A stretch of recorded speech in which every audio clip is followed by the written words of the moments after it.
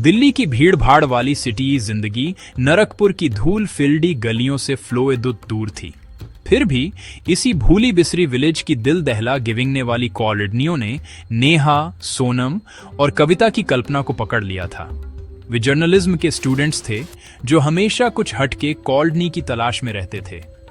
नरकपुर की भुतहा हवेली की कॉलोनी, एक ऐसी इमारत जो विलेज के किनारे क्वाइटली खड़ी थी, उनका लेटेस्ट ऑब्सेशन था। विलेज वाले फुसफुसाते थे कि जो कोई भी सूरज ढलने के बाद अंदर गया वह कभी वैसा वापस नहीं केम।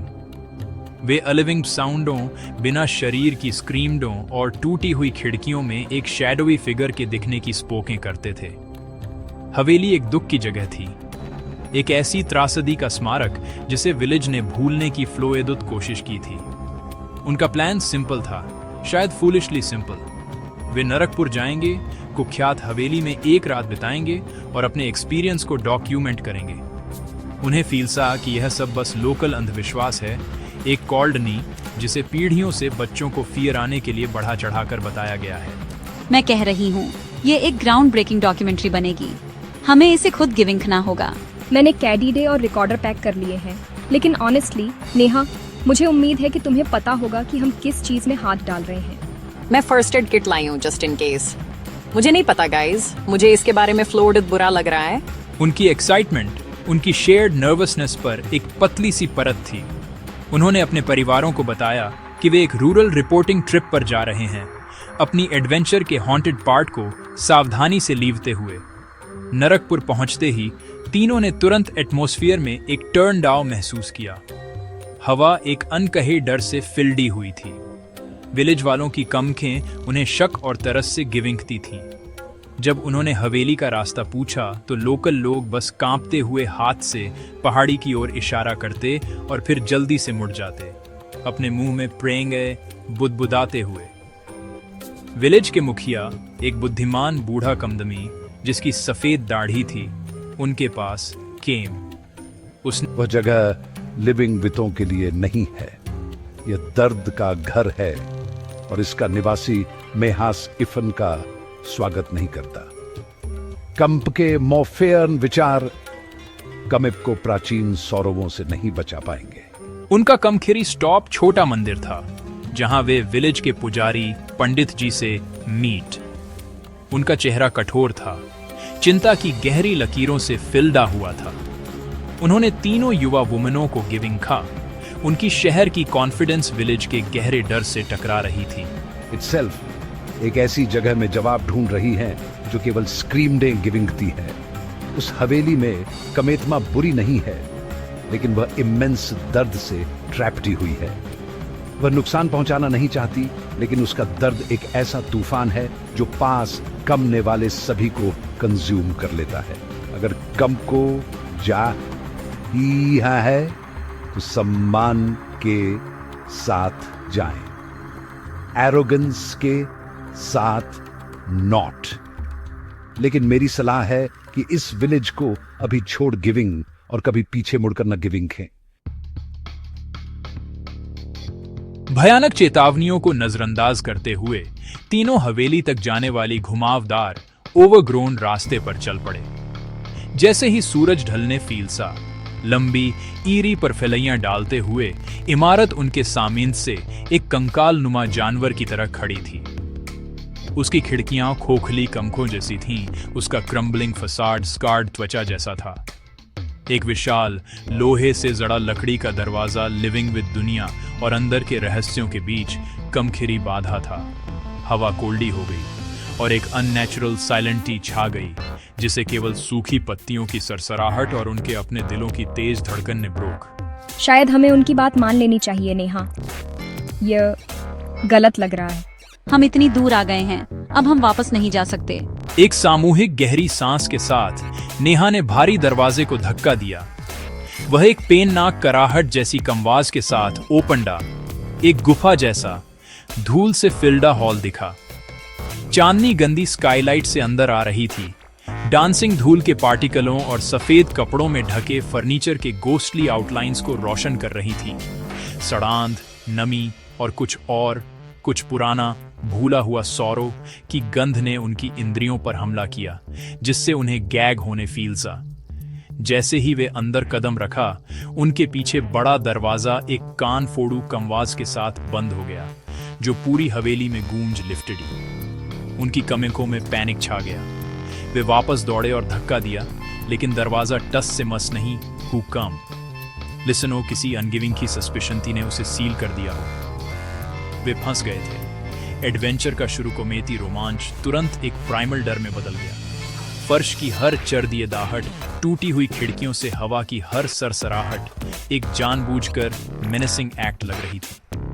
उनकी कमखों के कोनों में परफेलियां डाइडोड़ती और स्प्रेडती हुई लग रही थीं, और तापमान और भी गिर गया। उनकी ब्रीदें हवा में मिस्ट में बदल गईं। यहाँ फ्लोडुत दर्द है।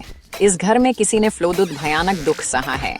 नेहा और सोनम ने कविता को दिलासा गिविंगने की कोशिश की, लेकिन वे भी इसे महसूस कर सकते थे। दुख का एक पैल्पेबल ऑरा जो हवेली की दीवारों से चिपका हुआ था, उस त्रासदी का एक खामोश सबूत जिसकी पंडित जी ने उन्हें चेतावनी दी थी।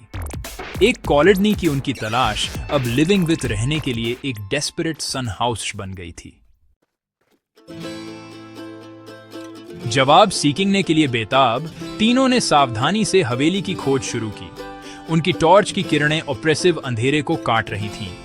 वे एक लेसरे से दूसरे लेसरे में गए। हर एक उपेक्षा और दुख का एक टाइम कैप्सूल था। उन्हें एक ग्रैंड बॉलरूम मिला जिसमें एक टूटा हुआ झूमर था, एक डाइनिंग रूम जिसमें एक उल्टी मेज थी, और एक लाइब्रेरी जहां किताबें फर्श पर सड़ी हुई पड़ी थीं। यह अपवर्ड सी मंजिल पर एक छोटे धूल से फिल्डे बेफी रूम में था, जहां उन्होंने एक खोज की। ड्रेसिंग टेबल के एक टूटे हुए दराज में एक छोटी चमड़े की बाइंडिंग वाली डायरी रखी थी।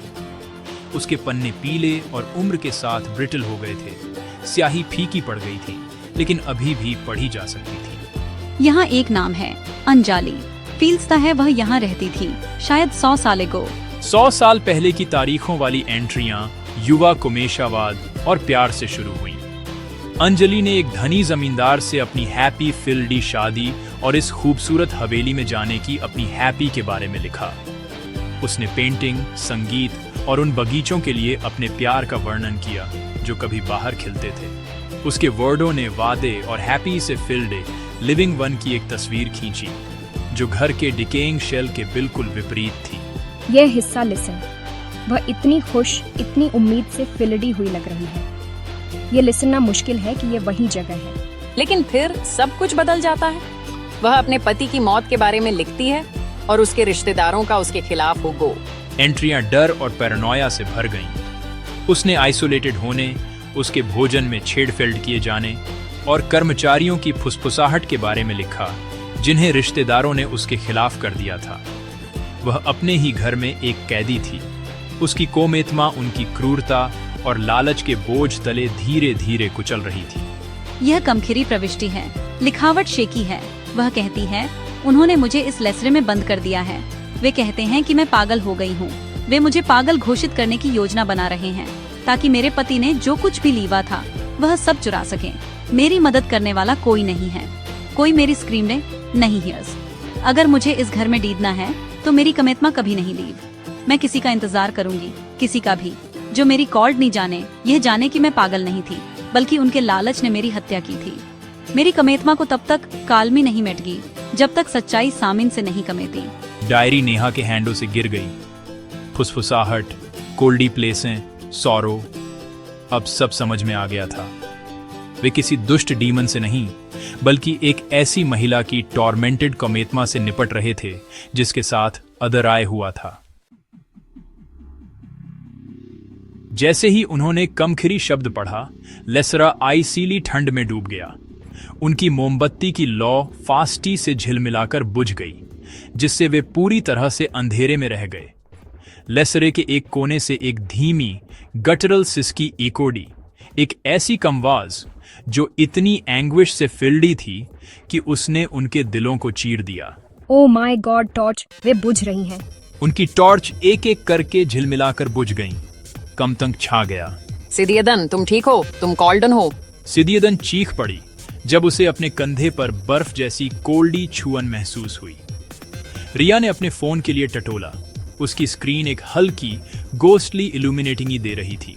रुको, मेरे पास मेरा फोन है, रुको, मुझे इसे ऑन करने दो। उसकी चमक में उन्होंने उसे गिविंग खा। एक पारभासी शिमरिंग फिगर एक महिला का फटी हुई साड़ी में उसकी कमकृति गर्मी की धुंध की तरह हिल रही थी। उसका चेहरा एगनी से विकृत था। उसकी कमखें निराशा के खोखले गड्ढे थे।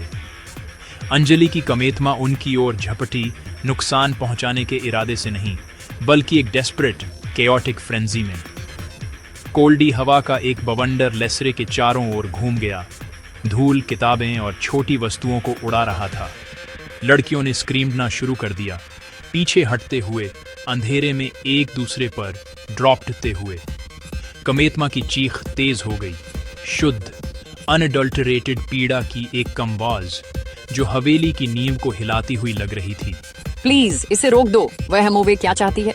यह उसके फ्लोड आए हर कमैसू, उसके सहे हर अदराय की सामूहिक कमवाज थी। कमेतमा उन पर हमला नहीं कर रही थी, वह अपनी ट्रॉमा को फिर से जी रही थी और वे उसकी रिमेंबर्डों के तूफान में फंस गए थे। रिया और सिदियदन डर से पैरालाइज थे।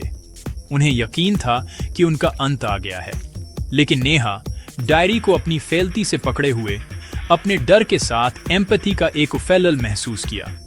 उसने एक राक्षस नहीं बल्कि एक पीड़ित गिविंग खा। उसे पंडित जी के शब्द याद को में ये बड़ई नहीं है बल्कि इमेंस दर्द से ट्रपेड़ी हुई है। उसे एहसास हुआ कि अंजलि का गुस्सा मदद के लिए एक पुकार था, लिसनिंग जाने की एक प्लीडेड।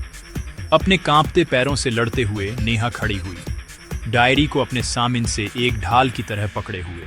अंजलि, हमें पता है उन्होंने तुम्हारे साथ क्या किया। हमें इनसे तुम्हारी कॉल नहीं पड़ी। एक पल के लिए स्पेक्ट्रल तूफान थम गया। तैरती हुई वस्तुएं फर्श पर गिर गईं। चीख एक धीमी मौनफुल सिसकी में बदल गई।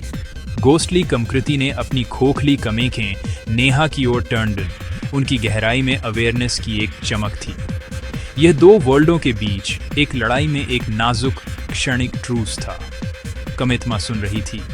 उसकी सदियों पुरानी रेज एक पल के लिए कमेशा की एक चमक से छेदी गई। नेहा जानती थी कि यह उनका एहसात्र मौका था। उन्हें यह साबित करना था कि वे घुसपैठियों के रूप में नहीं बल्कि उस सच्चाई के दूतों के रूप में वहां थे जिसकी रक्षा के लिए अंजलि मर गई थी। उनके लिविंग वन का भाग्य और अंजलि की कमेतमा का भी उस भयावह खामोश पल में लटका हुआ था।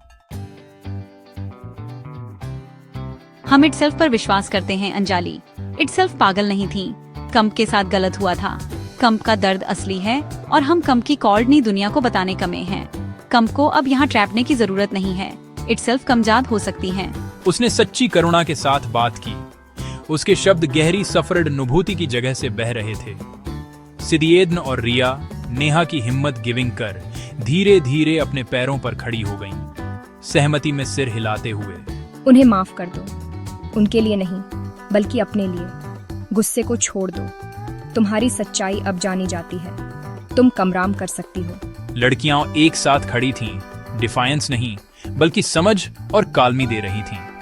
अंजलि की कमेतमा ने उनकी ओर गिविंग खा और पहली बार उसकी कमकृति कम मेनेसिंग लग रही थी।